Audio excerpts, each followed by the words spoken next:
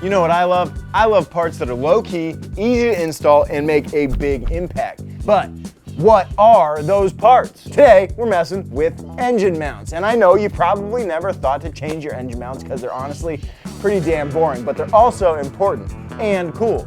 So today, we're gonna install a set on the Miata, and along the way, we'll talk about what they do, how they work, and what the options are out there so you guys can choose a set for yourselves. I'm Zach, this is Money Pit, let's do it!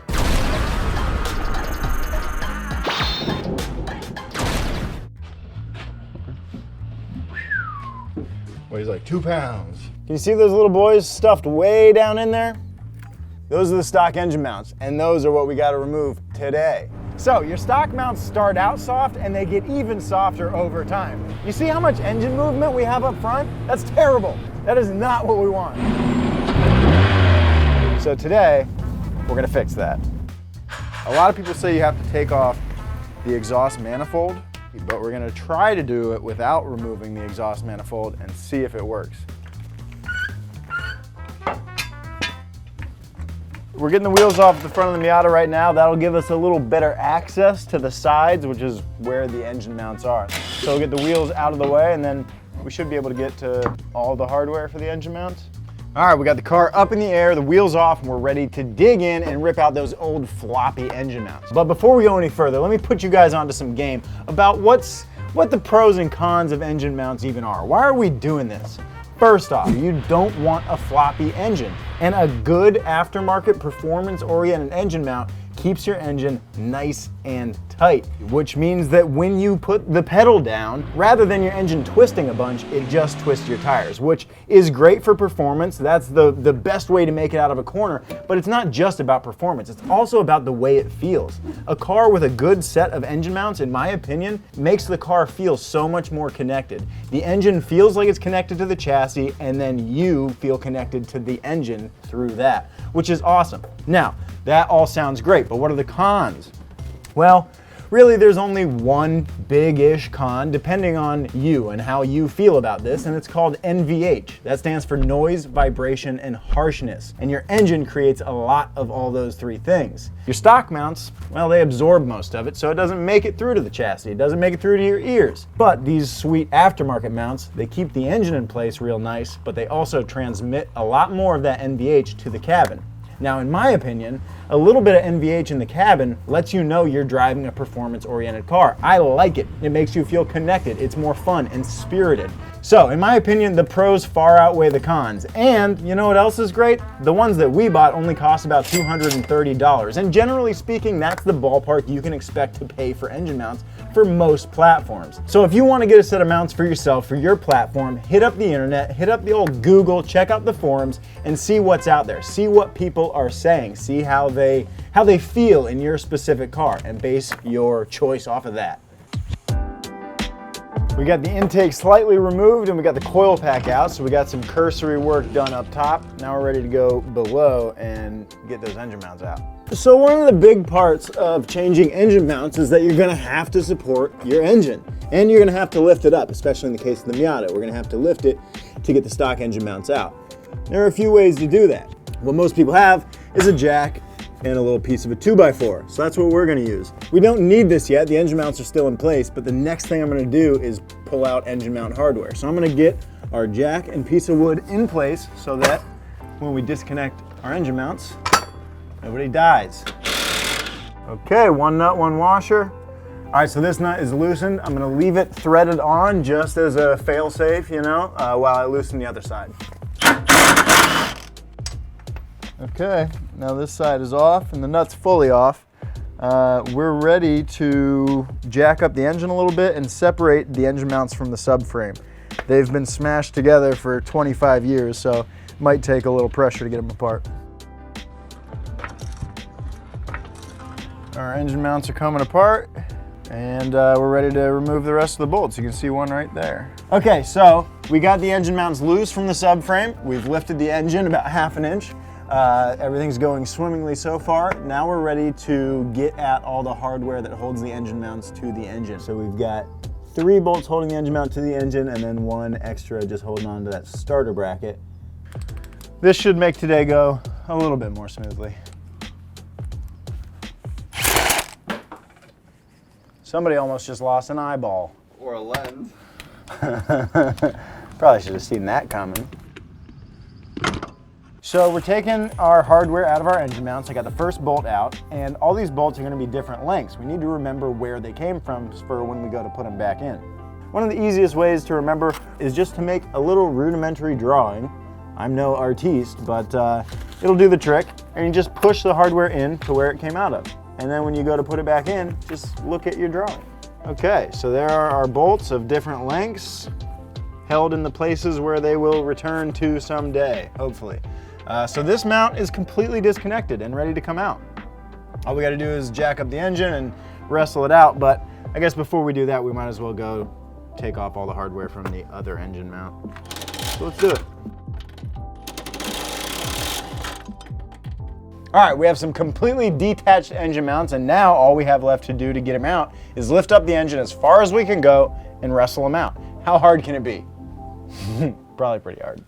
Now, when you jack up the engine, you want to be mindful and careful that you're not squishing anything, cutting any wires, pinching any hoses, or breaking anything, you know? All right, that looks like maybe about it. Let's see what we got.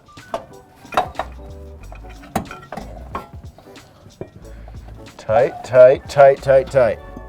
And then, oh yeah, look at that.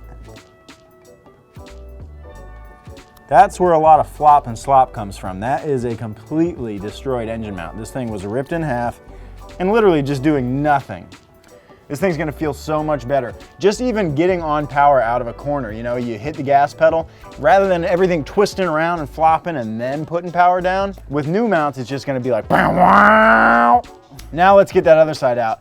If it goes even remotely as easily as that did, I'll be happy. Oh yes, she's ripped. That's great news. Look at this. This is gonna work. What wonderful, wonderful, wonderful news. That's exactly what I was hoping, that this mount is also destroyed. Man, these things were literally doing nothing. That's awesome. This thing's gonna feel so much better with new mounts. They were soft to begin with, but now they're doing nothing. So if these are basically a ripped in half marshmallow, these are basically some big, buff, muscle-laden rocks. So these are made by a company called Innovative. They're basically bent sheet metal with some poly bushings. Now, when we're talking about engine mounts, we're pretty much gonna be talking about one of three things. So you'll have rubber mounts, you'll have poly mounts, or you'll have solid mounts. Rubber is gonna be the most comfortable, the most absorbent of all the noise, vibration, and harshness, where poly is gonna be a lot more resistant to any of that flex or any of that absorption, but it is gonna be a little bit noisier in the cabin. Your third option is solid mounts, and it's basically just metal, right? Just metal mounted the engine to the chassis, and that is gonna create the most noise, and that's some real race car stuff. Now, the Miata, while it's clearly a race car, we do want it to also be kind of comfortable. So I went with a 75 durometer poly. The durometer of poly is how you measure its hardness, its firmness. The lower the number, the softer it is. The higher the number, the harder it is. These should last the life of the car. I don't ever think I'll need to do these again. Now let's see if getting these into the car is anywhere near as easy as getting the old ones out. I have a feeling it's not gonna be. We've got the engine mount out, and it's really dirty where it was. That area hasn't been touched in years. So while it's out, I'm gonna take this opportunity to do a little housekeeping. Just using a little bit of brake cleaner and a rag, and we're not going overboard. I'm not gonna try to get this, you know, clean enough to eat off of, but I would like to get most of that gunk out of there. Now I'd say it's time to try to stick in this engine mount, see if we can get it in there. Oh my God.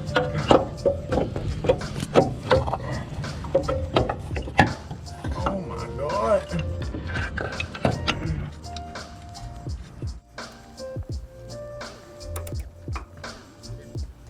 All right, so it's really important that you torque these bolts correctly, because you don't want your engine mounts to let go of your engine or your chassis.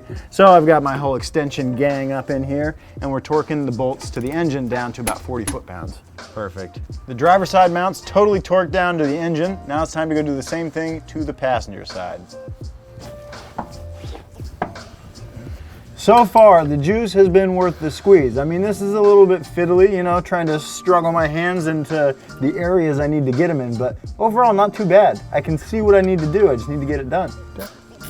Now, if you've ever got a bolt that you're trying to start and you're unsure about the threads, even if you're not unsure, it's not a good idea to go using power tools to ram them in. You got to do it by hand and feel it.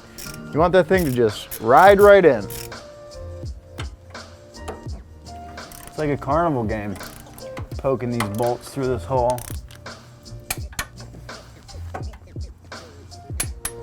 Sweet. Okay.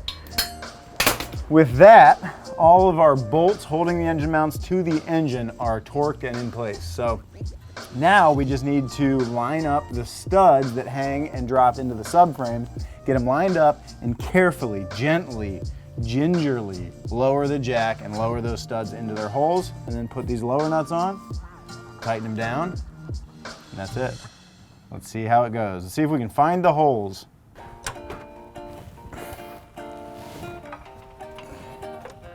So we're a little misaligned there. I think if I loosen the bolts on the engine mount, then we should be able to drop that thing in. No problem, which isn't a big deal. It'll take just another minute.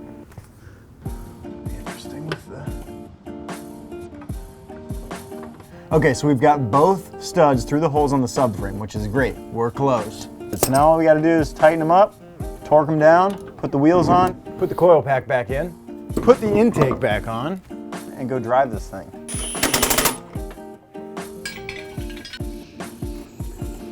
All right, this is the moment we've been waiting for.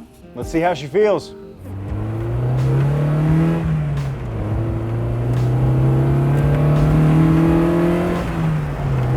Doesn't move at all. I feel a little bit more vibration through my butt, through the seat, and through the pedals, which is exactly what I want. With the engine so connected to the car, I feel connected to the engine. And that's honestly exactly what I'm looking for in a car like the Miata. I want to feel connected. I want to feel everything that's going on. I want to feel everything in the road. And engine mounts are a great way to start feeling more.